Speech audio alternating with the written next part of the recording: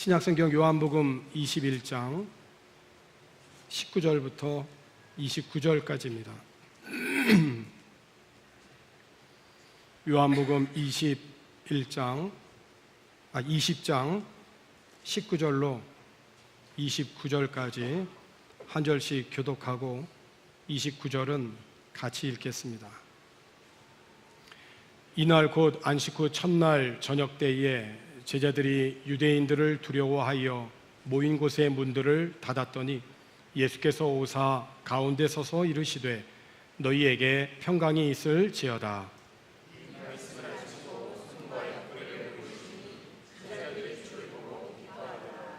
예수께서 또 이르시되 너희에게 평강이 있을지어다. 아버지께서 나를 보내신 것 같이 나도 너희를 보내노라.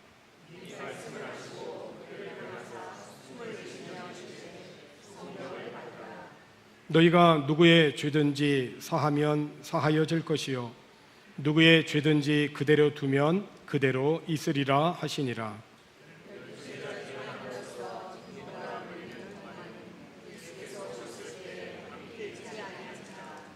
다른 제자들이 그에게 이르되 우리가 주를 보았노라 하니 도마가 이르되 내가 그의 손에 못자국을 보며 내 손가락을 그 못자국에 넣으며 내 손을 그 옆구리에 넣어보지 않고는 믿지 아니하겠노라 하니라.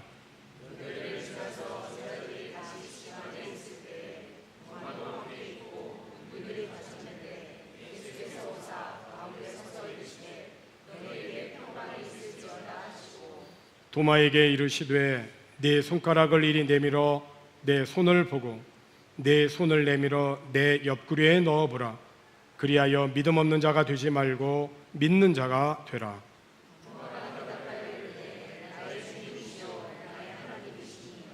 예수께서 이르시되 나는 나를 본고로 믿느냐 보지 못하고 믿는 자들은 복되도다 하시니라. 아멘. 네, 오늘 말씀의 제목이 너희에게 평강이 있을지어다 입니다. 오늘 우리가 함께 읽은 본문에 너희에게 평강이 있을지어다 이 말씀이 3번 이렇게 기록되어져 있습니다. 누가 평강을 이렇게 줄 수 있겠습니까? 사람이 사람에게 평강을 주는 것에는 그 한계가 있습니다. 내가 모든 것을 철저히 준비했다고 해도 예상치 못한 일들을 경험하는 것이 오늘 우리들의 일상입니다. 하지만 너희에게 평강이 있을지어다 이 말씀을 하신 분이 예수님이라면 상황은 전혀 다릅니다. 왜 그렇습니까? 예수님은 우리들의 길과 진리와 생명이 되시고 특별히 예수님은 부활하셔서 두려움에 있던 자들을 친히 찾아오셔서 너희에게 평강이 있을지어다 이렇게 말씀하셨기 때문에 그렇습니다. 예수님께서 이 말씀을 하실 때 제자들의 상황이 어떠했습니까? 유대인들이 두려워서 모든 방문을 다 걸어 잠그고 방 안에 숨어 있다시피 했습니다. 유대인들이 왜 두려웠습니까? 자신들의 선생님인 예수님을 십자가에 못 박여 죽었다면 평소 예수님을 따르는 제자들도 안전에서는 자유로울 수 없기 때문입니다. 더구나 믿을 수 없는 일이 일어났던 것입니다. 예수님을 장례를 치르고 분명히 무덤에 안치하였는데 밤사이에 제자들이 와서 예수님의 시신을 도둑질해 갔다라고 하는 소문이 예루살렘에 퍼진 겁니다.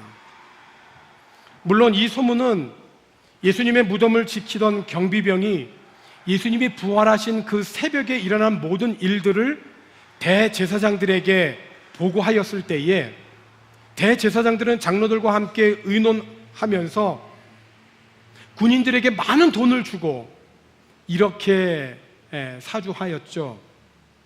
예수의 제자들이 밤에 와서 우리가 잘 때에 예수의 시신을 도둑질하여 갔다라고 그렇게 소문을 내라 라고 그렇게 말한 것입니다. 군인들은 많은 돈을 받았습니다. 그리고 그 돈의 대가로 이 소문을 예루살렘에 퍼뜨렸습니다. 그래서 예루살렘 전역에는 예수님의 시신이 제자들에 의하여서 도둑질했다라고 하는 소문이 퍼졌던 겁니다. 물론 제자들은 그 누구도 경비병들이 밤에 잠든 사이에 예수님의 시신을 도둑질해 간 적이 없습니다. 예수님은 정말 부활하셨기 때문에. 하지만 제자들의 현실은 예수님의 부활을 믿을 수가 없었고, 분명한 것은 자신들은 예수님의 시신을 도둑질한 적이 없어요. 그래서 제자들은 지금 내적으로 외적으로 큰 어려움에 봉착하여 있습니다. 외부적으로는 자신들이 지금 예수님의 시신을 도둑질했다는 그런 도둑으로 몰려 있고, 내부적으로는 두려움과, 그리고 그토록 예수님을 믿고 따랐는데 실망과 좌절과 낙심으로 사로잡혀 있었습니다. 아예 일부 제자들은 너무 실망이 되어서 예루살렘을 떠나버리고 말았죠. 일찍이 제자들이 예수님을 만나고 그분의 콜링을 받을 때에 자신의 일터와 삶을 포기하여서 예수님을 따랐습니다. 그만큼 예수님을 신뢰했습니다. 예수님이 메시아로 세워지면 이 로마의 압제로부터 이 정치적인 해방을 받을 수 있을 뿐만 아니라 예수로 말미암아 경제적인 풍요로움을 경험할 수 있을 거라고 하는 큰 기대 때문입니다. 예수님에게는 그러한 능력이 충분히 있다고 보았던 거죠. 보리떡 5개와 물고기 2마리로 아무것도 없는 그 광야에서 5,000명을 먹이고도 남았습니다. 또 악하게만 살아왔던 그 삭개오가 예수님을 만나더니 자기의 전 재산을 내놓으리만큼 그런 놀라운 변화를 제자들은 봤거든요. 그러니까 예수님으로 인하여서 정치적으로 경제적으로 분명히 우리들에게 큰 축복의 삶이 있을 거라고 하는 그런 기대가 제자들 가운데 있었던 겁니다. 그래서 그들은 그날이 오면, 예수님이 메시아로 예루살렘에 서면 우리 가운데 누가 높을까? 너가 높을까? 내가 높을까? 이것으로 그들은 다투기도 했었던 것입니다. 그런데 그렇게 믿었던 예수님이 허무하게 십자가에 못 박혀 죽으신 것입니다. 너무 좌절스럽고 낙심이 되었죠. 제자들은 더 이상 소망이 없이 이 모든 것이 그냥 그렇게 끝난 것으로 알았던 것입니다. 그런데 예수님이 부활한 그 안식 후 첫날, 그러니까 오늘 본문의 상황으로 돌아가면 제자들에게 있어서는 오늘 아침 예수가 부활했다라고 하는 소식을 여인들로부터 듣게 됩니다. 그래서 여인들은 한결같이 제자들을 보면서 내가 예수님을 보았다고, 내가 예수님을 만났다고 이렇게 증언합니다. 다시는 볼 수 없었던 그 예수를 오늘 보았다라고 전하는 여인들의 말을 제자들은 정말 믿을 수가 없었어요. 그게 그 제자들의 믿음이었어요. 예수님의 부활을 믿을 수 없는 믿음이 제자들에게 있었어요. 이렇게 믿음이 없을 때 제자들에게 나타난 상태는 뭡니까? 두려움이라고 하는 것입니다. 그래서 모든 문들을 다 걸어 잠근 겁니다. 그래도 사실 마음이 안심이 안 됩니다. 외부적으로는 모든 문들을 다 걸어 잠가도 내부적으로 일어나는 이 두려움은 어떻게 할 수가 없었던 것이지요. 이렇게 외부적으로 내부적으로 두려워 떨고 있을 바로 그때 예수님은 아무런 노크도 없이 그들 가운데 호련히 나타나셨습니다. 그리고 말씀하신 것이 오늘 말씀의 제목입니다. 너희에게 평강이 있을지어다. 너희에게 평강이 있을지어다. 그렇게 말씀하시면서 손과 옆구리를 제자들에게 보이신 겁니다. 어떤 손입니까? 못 박힌 손입니다. 어떤 옆구리입니까? 창에 찔린 옆구리입니다. 다시 눈을 비벼보아도 분명히 예수님의 그 못 박힌 손이요, 창에 찔린 허리 옆구리입니다. 그래서 제자들이 그 부활하신 예수님을 보고 마음이 어떠하였냐면, 오늘 20절 하반절에 있는 말씀을 보면 제자들이 주를 보고 기뻐하더라. 여러분, 그렇습니다. 여러분, 믿음 생활에서 기쁨이라고 하는 것이 어디서 올까요? 부활하신 예수님을 만나면 기쁨이 옵니다. 부활하신 예수님을 보는 순간 그들은 말로 할 수 없는 기쁨이 그들에게 임했습니다. 그 기쁨 가운데 있는 제자들에게 주님이 주신 말씀이 너희에게 평강이 있을지어다, 이렇게 말씀하신 겁니다. 사랑하는 성도 여러분, 중요해서 다시 한번 말씀드립니다. 신앙생활에서 기쁨과 평강이 어디서 오는가?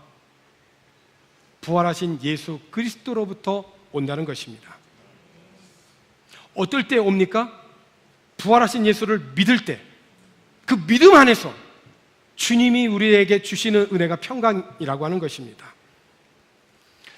그렇습니다. 평강은 믿는 자에게 주시는 하나님의 선물입니다. 모든 성도님들이 부활하신 예수 그리스도를 믿음으로 말미암아 여러분의 삶에 평강이 풍성하게 임하기를 주님의 이름으로 축원합니다. 그런데 제자들 중에 이 평강을 경험하지 못한 제자가 있었습니다. 도마입니다. 왜 같이 부름을 받았고 같이 제자가 되었는데 도마는 평강을 누리지 못했을까요? 부활하신 예수님이 친히 제자 공동체에 찾아오셨을 때에 도마는 그 자리에 없었습니다. 도마는 왜 하필 그 자리에 없었을까? 이렇게 중요한 자리에 도마는 왜 그 자리에 없었을까? 그 이유를 우리는 정확하게 알 수는 없습니다. 아마도 모험심이 강하고 위협심이 강한 이 도마로서는 예수님이 부활했다라고는 이 소식을 그냥 가만히 문 걸어 잠그고 방 안에 있을 수만은 없었는지도 모릅니다. 우리가 죽으러 가자, 예수님과 함께 죽으러 가자 라고 그렇게 말했던 도마이기였기에 다른 제자들은 무서워서 모든 방문을 다 걸어 잠그고 있을 그때에 그런 제자들에 비한다면 도마는 꽤나 용감해 보입니다. 그러나 중요한 것은 그 역시 예수님의 부활을 믿지 않았습니다. 오늘 27절 읽은 말씀에 보면 하반절에 부활하신 예수님이 도마에게 와서 이렇게 말씀하셨죠. 믿음 없는 자가 되지 말고 믿는 자가 되라.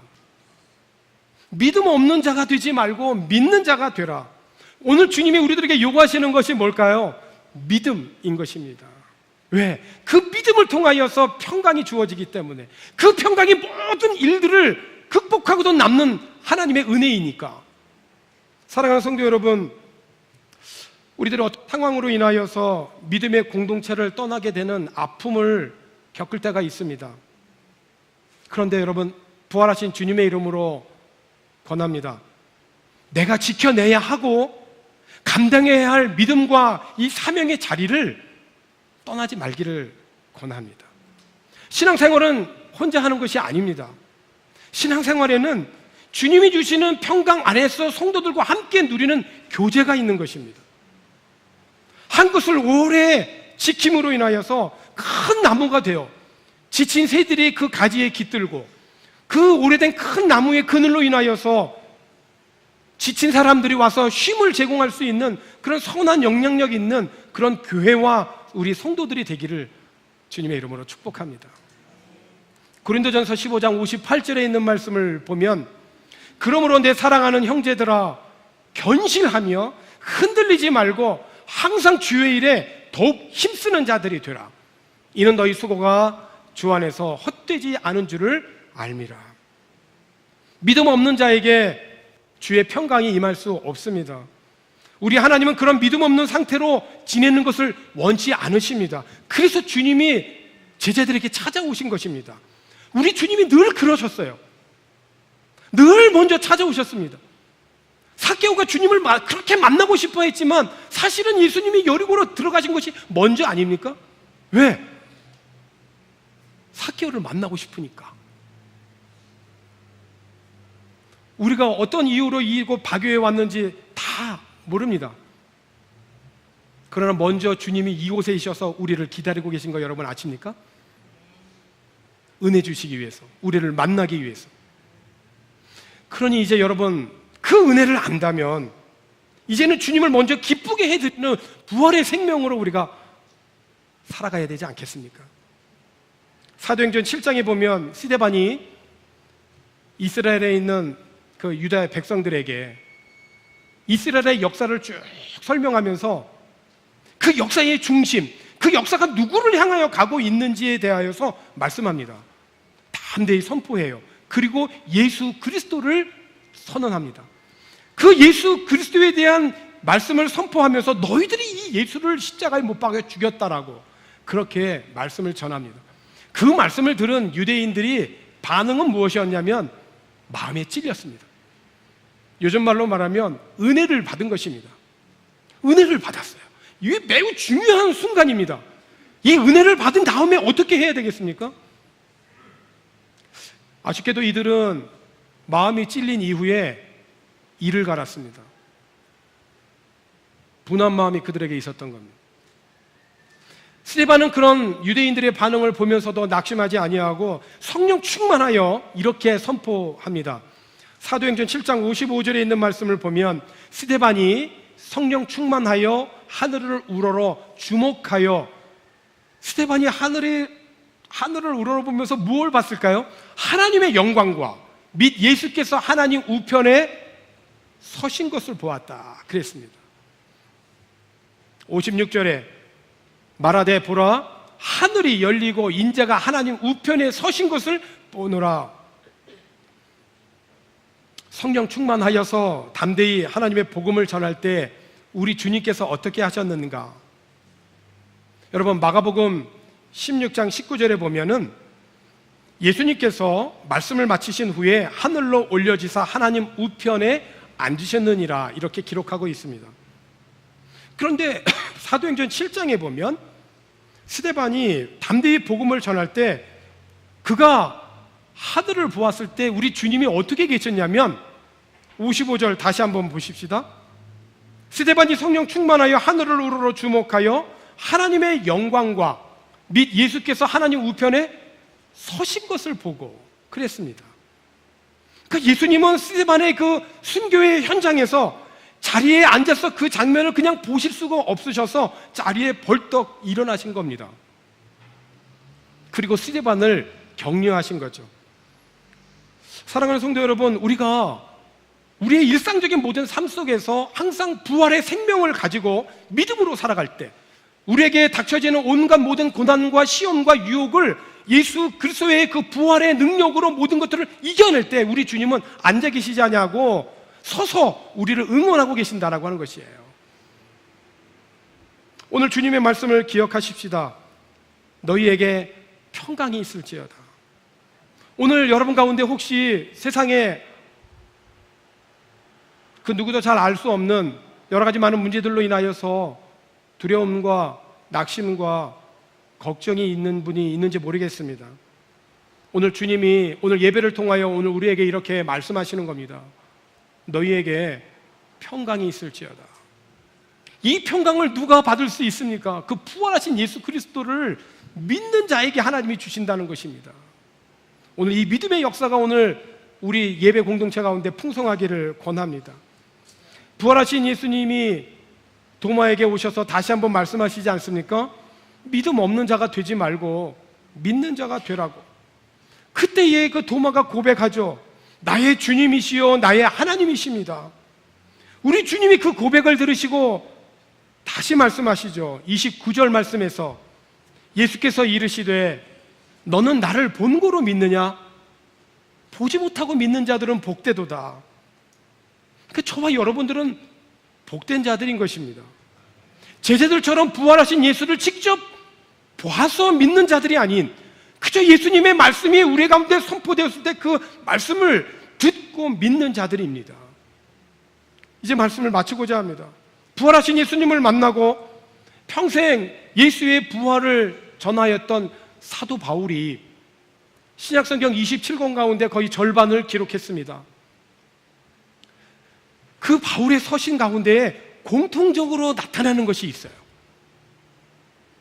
로마서의 경우에 보면 로마서 1장 7절에 보니까 이렇게 로마서를 시작했죠. 로마에서 하나님의 사랑하심을 받고 성도로 부르심을 받은 모든 자에게 하나님 우리 아버지와 주 예수 그리스도로부터 은혜와 평강이 있기를 원하노라. 예수 그리스도의 은혜와 평강을 로마 교회 성도들에게 권했던 것입니다. 그런데 사도 바울이 보낸 모든 서신서에 공통적으로 나타난 것이 이 예수 그리스도로부터 주어지는 은혜와 평강입니다. 고린도전서 후서를 보아도 동일합니다. 고린도전서 1장 3절에 있는 말씀을 보게 되면 하나님은 우리 아버지와 주 예수 그리스도로부터 은혜와 평강이 있기를 원하노라. 예수 그리스도의 은혜, 그 십자가의 은혜가 없었다면 우리들이 어떻게 죄사함을 받고 하나님의 자녀가 되어 구원 얻은 하나님의 백성이 될 수 있었겠습니까, 여러분? 예수님께서 사망과 죽음의 권세를 이기시고 부활하시지 않으셨다면 우리 가운데 어떻게 하늘의 평강을 얻을 수 있었겠습니까? 이 복음에 큰 은혜를 입은 사도 바울은 보내는 서신서에 서두야다. 예수 그리스도로부터 은혜와 평강이 너희에게 있기를 원한다라고 그렇게 간곡히 편지하였던 것입니다.